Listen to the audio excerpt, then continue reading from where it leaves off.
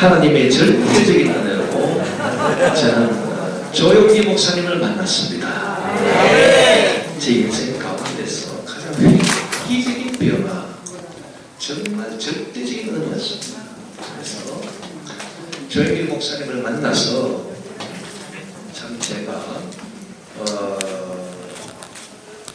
조용기 목사님 밑에서 사역을 하고 또 조용기 목사님의 또 은혜를 힘입어서 제가 프랑스 파리 소르본 대학으로 박사과정으로 유학을 하게 되고 프랑스 소르본에서 5년 동안 공부를 하고 박사학위를 받고 돌아와서 조용기 목사님을 신학적으로 보좌할 수 있는 국제신학연구원에서 원장으로 제가 이제 이용 목사님이 원장으로 계시다가 미국으로 이제 떠나시고 제가 2대 원장으로 국제신학연구원을 제가 하면서 조용기 목사님을 섬겼습니다.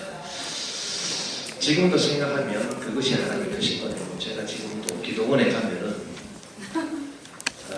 말씀을 전하고 그러고 이제 돌아오는 데는 반드시 제가 우리 조용기 목사님 계신 그곳에 가서 기도합니다.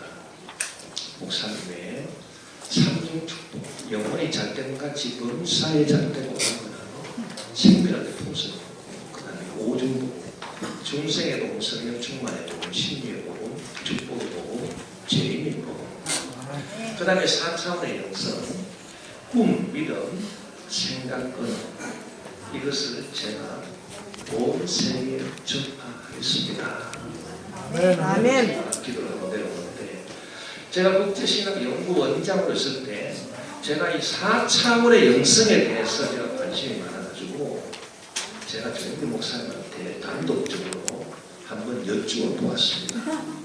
목사님, 4차원의 영성이 꿈, 4차원의 영성이 꿈, 생각, 언어, 꿈, 믿음, 이 네 가지를 목사님께서 늘 말씀하셨는데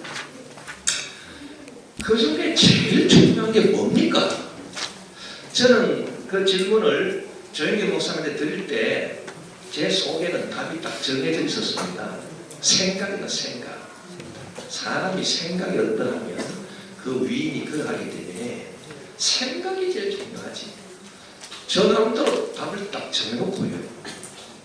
제가 조용기 목사님 딱 여쭤봤다고요. 생각이라고 하는 말씀이 나오겠지. 기대하면서. 그런데 조용기 목사님이 제 질문을 딱 받으시고 문을 딱 끄시더니 1초도 멈거리지 아니했어요. 그러면서 딱 하신 말씀이 꿈이다! 그러시는 거예요. 그래서 제가 꿈? 야, 이상한데? 꿈이 뭐야? 그때부터 제 고민이 시작됐습니다. 제가 김포교회에서 조용기 목사님 은혜로 교회 하나를 받아가지고 김포교회에서 제가 참 목회를 하면서 늘 제 마음속에 떠오르는 것이 야, 어떻게 하면은 이 조용기 목사님이 꿈이 제일 중요하다 하셨는데 이 무슨 의미냐? 내가 이거를 알아야 내가 목회를 할 수 있을 것인데 마침 성경을 읽은 가운데 여호수아 1장 7절을 내가 읽었습니다. 자, 모세가 죽은 후에 여호수아가 후계자가 됐는데 하나님께서 여호수아에게 하신 말씀이 여호수아야, 나의 종 모세가 죽고 너가 후계자가 됐으니 너는 내가 명령한 것을 다 지켜 행하라. 그게 아니고 나의 종 모세가 너에게 명한 율법을 다 지켜 행하라. 이야, 그래서 제가 그때 뭘 깨달았느냐. 모세가 조용기 목사님이에요. 조용기 목사님이 나한테 명령한 율법을 내가 다 지켜 행해야 된다. 아멘. 아멘. 또 제가 성경을 읽는데 하나님께서 다 계시를 주셨습니다. 엘리사가 엘리야를 따라다니는데 길갈에서 베델에서 여리고에서 요단강으로 따라다니면서 요단강을 건너가지고 이제 엘리야가 성천을 하는데 엘리야에서 겉옷이 떨어졌어요. 겉옷을 엘리사가 딱 잡아가지고 요단강을 돌아오는데 자기의 옷을 둘러 찢어버리고 자기 옷을 왜 둘러 찢습니까? 그것은 자기 권위를 찢어버렸다는 자기 권위를 그러면서 엘리야 스승님의 그 옷자락을 잡고 요단강을 이리 치고 저리 치면서 엘리야의 하나님 어디 계시나이까? 이러니까 요단강이 쩍쩍 갈라졌습니다. 아멘. 그래서 나는 평생토록 내 생각은 없다. 나는 조용기 목사님께서 저에게 가르쳐준 그것을 제가 지켜내가면 그것으로 난 최고 축복이고 최고 승리의 삶을 살게 될 것이다. 확신을 했습니다. 그래서 이 조용기 목사님의 사차원의 영성을 어떻게 해야 이것을 정말 제대로 그 꿈이 제일 중요하다는 것을 사람들에게 알릴 수 있습니까? 고민하는 차이. 제가 프랑스에 있을 때 이 세계적으로 가장 위대한 예술학자가 있습니다. 아까 우리 소학수 목사님 문학, 음악 이런 얘기를 하셨고 저는 지금 골치 아픈 철학을 말씀드리고 하는데 골치가 아프지만 이건 들어야 돼요. 이 사람들이 골치 아픈 걸 싫어하면은 이 깊은 깨달음이 없거든요. 그래서 골치 아픈 것도 좀 들어주시길 바랍니다. 그래서 검색이 최대의 해석학자가 볼 리게르. 우리 그 김영한 교수님이 그 볼 리게르에 대해서 그 해석하게 글을 많이 쓰는 걸 제가 봤습니다. 이 볼 리게르가 그 악의 상징이라고 하는 책에서 악의 구조에 대해서 설명했습니다. 자, 세계 최대의 해석학자하고 20세기 들어와서 교회를 부흥시킨 세계 최대의 성령운동 부흥사 조용기 목사님, 이 두 분이 만나는 그런 가교를 제가 놓아야 되겠다 그런 생각을 하고 그 볼 리게르의 악의 상징에 나타난 그 악을 제가 읽고 제가 연구를 했습니다. 이건 뭐 악의 상징이라고 하는 책은 번역되어 있으니까요. 여러분 사서 보시면 됩니다. 그런데 이 중요한 포인트가 뭐냐면 이 볼 리게르가 대단한 사람인 게, 자, 에덴 나군에서 악이라고 하는 것이 가장 원초적인 악은 뭐냐? 우리는 악이라고 하는 생각할 때에 인간이 자유의지로 선악과를 따서 먹은 게 악의 출발이다 그렇게 보지만 그렇지 않습니다. 아담 하와가 하나님의 계명을 자기 자유의지로 어기고 선악과를 딱 먹기 전에 이미 에덴 나무에 사탄이 뱀의 형상하고 들어와 있었어요. 이것을 인간의 자유의지로 막을 수가 없다는 겁니다. 그걸 누가 막겠습니까? 이미 뱀이 들어와 있는데 사탄이. 그래서 이 리게르는 그 이미 에덴 나무에 들어와 있는 이 악한 사탄, 이것이 쫙 에덴 나무에 딱 들어와 있으니 이것이 분위기를, 에덴 나무의 분위기를, 그 상황도 해양동은 에덴 나무의 분위기를 뭔가 모르게 한 방을 먹이고 있다 그렇게 본 겁니다. 이게 가장 외부적인 거고요. 이게 가장 근본적인 겁니다. 그래서 이 사탄이 와가지고 하와를 유혹합니다. 유혹해서 그 하와가 유혹에 넘어가서 하나님의 계명, 선악과를 따서 먹지 말라 한 하나님의 계명을 어기게 된다고요. 그러고 난 다음에 마음의 죄책감을 느끼게 되죠. 그래서 이 단계가 어떻게 되냐면 가장 외부적인 이것은 인간의 자유의지로 막을 수 없는 겁니다. 가장 외부적인 이 파괴력, 이 한방 먹이는 것, 이것을 리게르가 오염이다, 수비라고 하는 말로 표현을 했고요. 그 다음에는 외부와 내부가 연결됩니다. 이 악한 외부적인 존재 사탄이 인간에게 찾아와서 하와에게 유혹을 합니다. 그러면 가장 외부적인 이 악의 세력이 이제 인간의 내부와 만나게 되겠죠. 그래서 외부와 내부가 만나는 관계를 형성합니다. 이게 두 번째 단계입니다.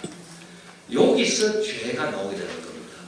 그래서 처음은 사탄이 외부적 환경에서 인간이 도저히 거치할 수 없는 그 외부적 환경에서 한 방 먹이는 수위를 험이라고 하는 상징으로 표현되는 이 단계가 있고, 그 다음 단계가 이 악한 사탄이 인간의 자유의지를 시험해가지고 외부와 인간 내부가 만나서 관계를 이루어서 그 관계에서 하와가 무너지고 하나님의 계명을 따서 먹고 죄를 범하는 죄의 단계, 뺏세라고 하는 그 죄의 단계가 있고요. 그 다음에 세 번째 단계는 완전히 이제 내면화된 겁니다. 그래서 완전히 이제는 바깥은 없고 완전 내 속에서 내면화된 죄의식이라고 하는 세 번째 단계, 불어로 말하면 삐빠들릴 때라고 하는 그 단계가 있습니다. 그래서 외부, 그 다음에 외부와 내부, 그 다음에 완전히 내부, 이렇게 그 현상학적으로 해석학적으로 악을 분석하고 있습니다. 이게 참 중요한 포인트예요. 이게. 그래서 우리가 지금 고난 주간에 죄를 회개하는데 제가 어제 그 설교를 했습니다. 저는 뭐 소학수 목사님처럼 이렇게 사람을 감동시키고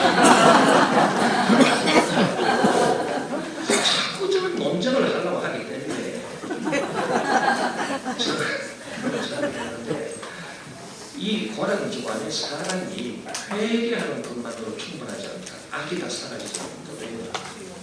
회개는 두 번째 단계, 외부와 내부가 만나는, 거기서 내가 잘못한 걸 회개하는 건 내 자유지.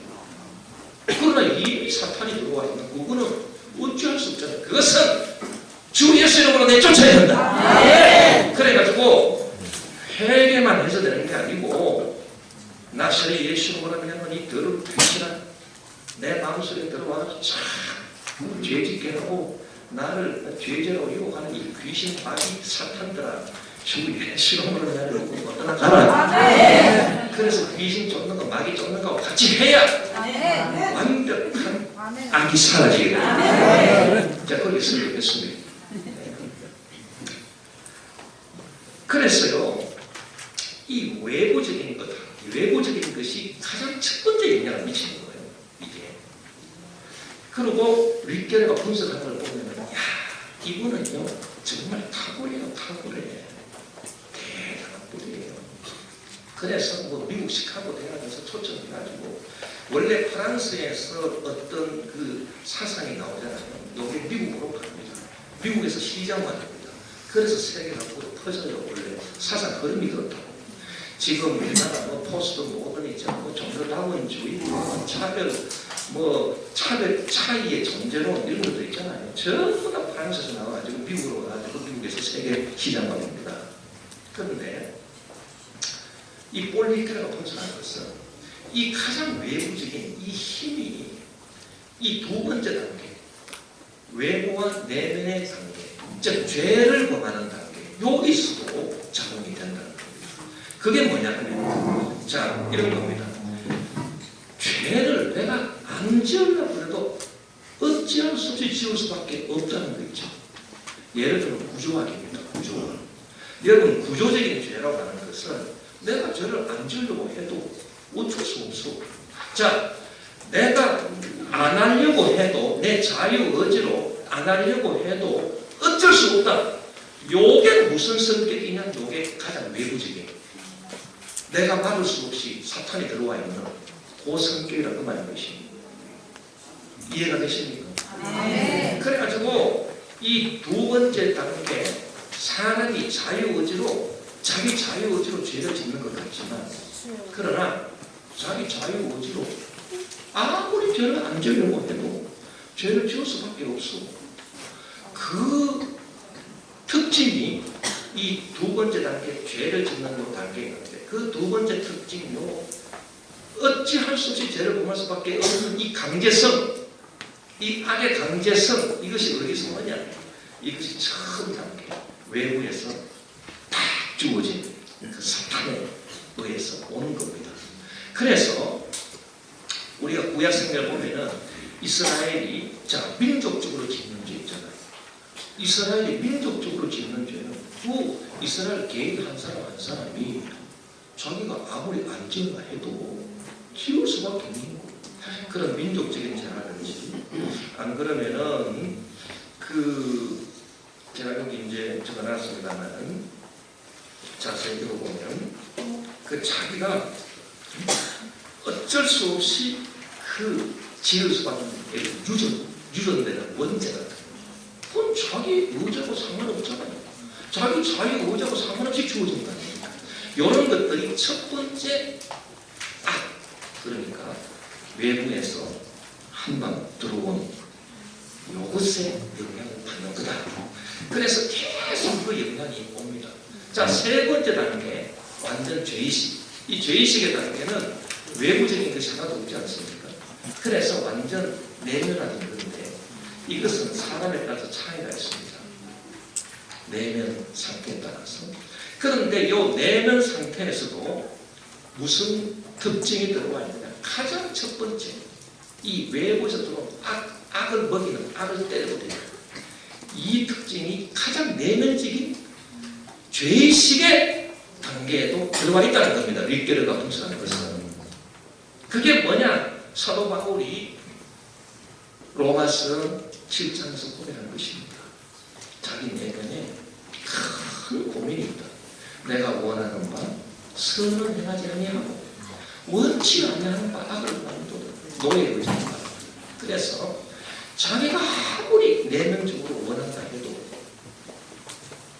자기가 모르게 다른 악한 것이 있어가지고 자기를 꿀복하는 그걸 본다고 했잖아요. 오호라는 공부한 사람이다. 누가 사망의 몸에서 나를 건져내면 이것이 바로 이 세 번째 단계 가장 내면화된 단계에서도 발견할 수 있는 어찌할 수 없는 것, 즉 외부적인 가장 외부적인 것이 들어와서 있다라고 하는 겁니다. 자, 제가 이렇게 간단하게 말씀을 드리고요. 그러면 이 올 리케르의 해석학적인 그 요지가 조영계 목사님한테 어떻게 적용돼야 돼요? 가장 그러면 외부적인 게 뭐냐? 가장 외부적인 거. 그게 바로 꿈입니다. 꿈이라고 하는 것은 하나님이 일방적으로 넣어주시는 겁니다.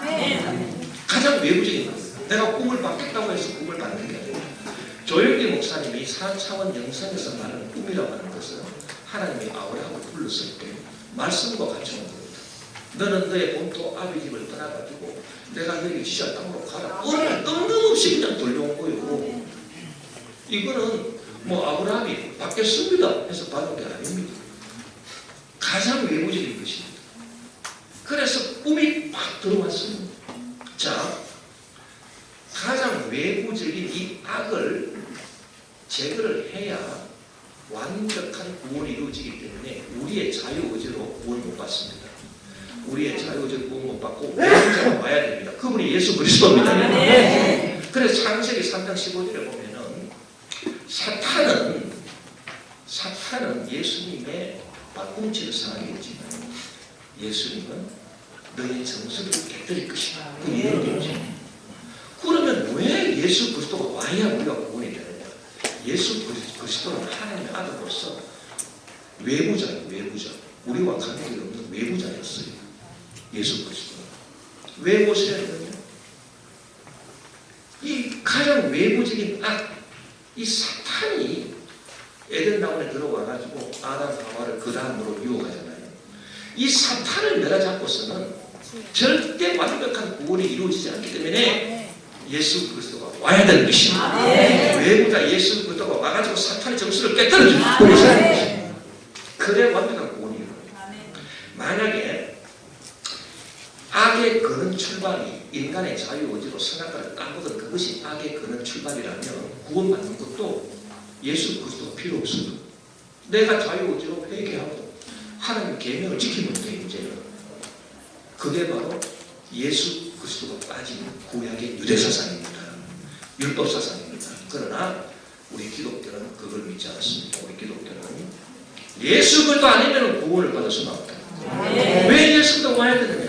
바로 여기에요. 그래서 이 가장 그 외부적인 가장 외부적인 것이 조영기 목사님에게는 꿈이에요. 어느 날 갑자기 아브라함에게 하나님 말씀이 임하고 꿈이 일방적으로 임했어요. 이게 하나님 크신 은혜 아닙니까? 아멘. 이 전적인 하나님의 은혜입니다. 자, 그 다음에는 두 번째로 어떻게 됩니까? 이 꿈이 우리 마음하고 관계를 맺게 되죠. 그게 두 번째 단계 아닙니까? 외부와 내부가 관계를 맺게 됩니다. 이게 두 번째 단계잖아요. 그러면 말씀과 꿈이 나의 자유의지, 내 내면의 자유의지와 관계를 맺게 되면 거기서 발생하는 게 있습니다. 그게 뭡니까? 믿음인 것입니다.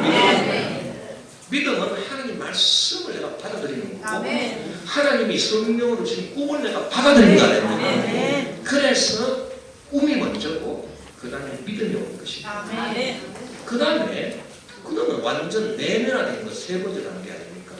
완전 내면화된 것. 이것은 뭐냐면 나의 생각이고 긍정적인 생각이고 할 수 있다는 생각이고 이것이 생각과 언어는 같은 차원이에요.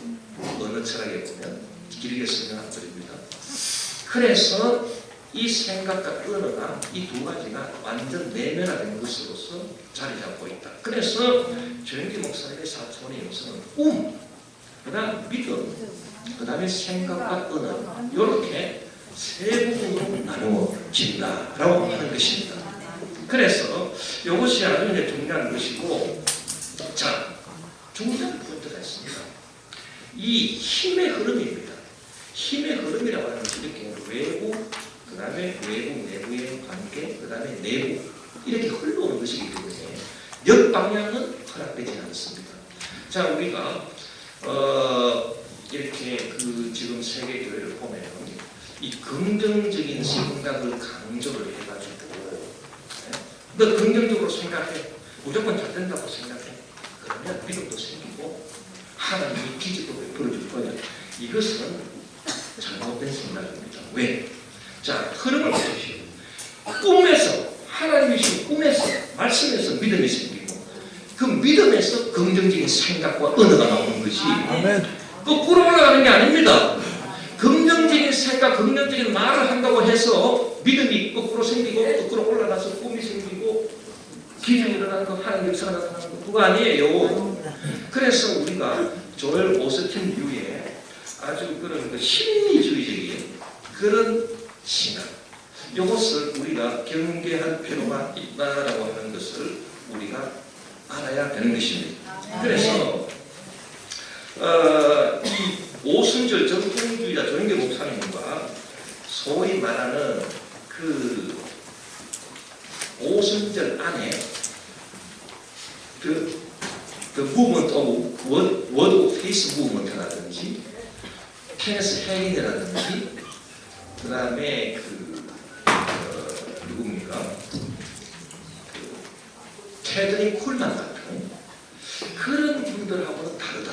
조영기 목사님. 그런 분들은 굉장히 심리주의다.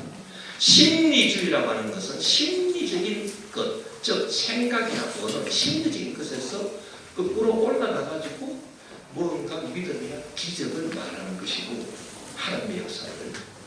그러나 힘의 올바른 방향으로 가는 것은 존재론에서 이 가장 외부적인 그런 이 근원에서 심리적으로 흘러내려가는 것이지 그 반대가 아니다라고 하는 것을 말씀드리고 싶습니다. 그 다음에 이 오순절 정통주의자 조영기 목사님의 이 성령 세례 방언, 자 이것도 이런 원리가 적용됩니다. 왜 우리가 방언을 말해야 되느냐? 조영기 목사님이 방언을 강조합니다.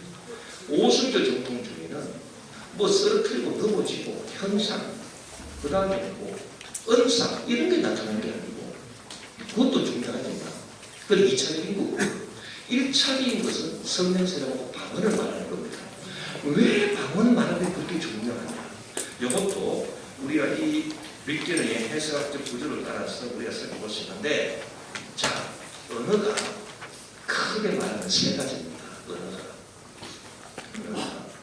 아까 이제 우리 송학생 목사님 발표할 때는 뭐 바라는 뭐 의미라든지 이렇게 보셨는데, 자, 언어가 첫째는 가장 표면적인 언어입니다. 표면적인 언어. 이거는 우리 생각에서 나오는 언어예요. 그게 뭐냐면 바롤이라고 합니다. 그 프랑스 우주주의 은학자 소시르가 말한 바롤. 바롤이라고 하는 것은 말 사용을 말해요. 말 사용. 이거는 의식의 언어예요. 의식. 자, 이 말 사용의 특징은 첫째, 말 뜻이 분명하고 그 다음 말과 말의 연결이 분명하다. 조리가 있다. 이게 말 사용입니다. 그런데 무의식의 언어가 있다. 자, 무의식의 언어는 무엇일까? 이게 프랑스 심리 분석학자들이 말하는 거 보면 대표적인 사람, 자크라칸 같은 사람 말하는 거 보면 이 무의식의 언어라고 하는 걸 랑그라고 합니다. 바로이라는 거. 이 랑그라고 하는 건 뭐냐면 말 뜻은 분명한데 말과 말이 연결이 조리 있게 논리적으로 되지 않는다는 겁니다. 자, 우리가 꿈을 생각해 보면 꿈은 무의식이 나오거든요. 자, 꿈에 보면은 한 장면이 나타났다가 그 다음에 다른 장면이 또 나타납니다. 그런데 이 장면과 장면이 연결이 안 되죠. 자, 예를 들어서 뭐 이런 겁니다. 자, 내가 아침에 일어났습니다. 그 다음에는 내가 그러면 아침 밥을 먹었습니다. 그 다음에는 학교에 갔습니다. 그 다음에는 공부를 했습니다. 그 다음에 돌아왔습니다. 그 다음에 복습을 하고 그 다음에 잠을 잤습니다. 이러면 말 뜻도 분명하고 말과 말 사이의 연결도 논리적이죠. 요게 우리가 일상생활에서 하는 의식의 언어고 의식 밑바닥에 있는 무의식의 언어는 꿈이라는 것입니다. 자, 꿈을 어떻게 표현하냐면은 예를 들면 이런 겁니다. 내가 아침에 일어났습니다. 그때 아침에 일어나서 아침밥을 먹을 이게 안 나오고 뭐가 나오느냐? 하늘에 비행기가 날아다닙니다. 그 다음에 또 무슨 말이 나오느냐? 그 위에 있는 다른 것을 변화시킨다는 겁니다. 무의식을 변화시킨다는 겁니다. 힘이 밑바닥에 있다는 거예요. 그리고 무의식 언어, 랑그가 변화되면 그 위에 있는 바로 의식의 언어는 자동적으로 변화가 된다. 자, 사람들이 왜 사람들이 이 의식적으로 아무리 설교하고 아무리 얘기해도 변화를 못 받아요. 왜 그러냐? 무의식이 꽉 잡혀 있어요. 무의식이 이 의식으로 드러나지 않는 무의식의 언어가 절망, 좌절, 낙심, 공포, 불안 이런 거 잡혀 있거든요. 그러면 이 무의식의 언어를 변화시켜야 이 무의식의 변화가 다오는 것이 이 무의식은 여러분 겉으로 드러나는 게 아니라 요만하다 그러면 이 속으로 숨는 거대한 감초로 같습니다. 이 무의식이 변화하는데 어떻게 무의식이 변화되느냐? 그러면 이 무의식의 언어를 변화시킬 재간이 어디 있느냐? 그게 바로 방언입니다. 왜? 우리가 뜻도 모르고 말과 말의 연결도 되지도 않는 이 방언을 왜 하나님이 시키셨을까? 방언을 막 하다 보면은 1시간, 2시간 방언으로 기도해 보세요. 저도 성경세례 받을 때 방언으로 한 2시간 기도하니까 속이요. 아멘. 할렐루야. 무의식이 변화를 받아요. 그래서 하나님이 이 방언을 말하게 하셨고 성령 세례의 첫 번째 요건이 방언으로 말하게 된 거다. 이것이 가장 외부적이고 가장 근본적인 방언. 그 위에 언어인 랑그, 그 위에 언어인 바로 이것을 외부, 내부 이렇게 변화시키는 순환하고 똑같은 거고 마지막으로 예수님께서 마지막 유언에서 믿는 자들에게 이런 표적이 있다는 너희가 내 이름으로 귀신을 쫓아내며 아멘. 이게 첫 번째죠. 그 다음에 세 반응을 말하며 귀신 쫓아내고 세 반응을 말하고 이게 가장 먼저 나옵니다. 이게 외부적인 것들을 해결하는 귀신을 쫓아내고 그 다음에 어떻게 됩니까? 그러면 네가 믿음이 생긴다. 그래서 뱀을 집어 올리면 무슨 독을 마실 때라도 열받지 아니하고 네 속에 믿음이 생기고 네 언어와 생각이 새로워져서 네가 변화를 받고 능력을 받는다. 그러면 이 능력이 남한테 전달돼가지고 병든 사람의 손을 은전적 나으리라. 이렇게 해서 전도가 나타나고 선교가 이루어진다라는 것입니다. 이것으로 제 발제를 마치겠습니다. 감사합니다.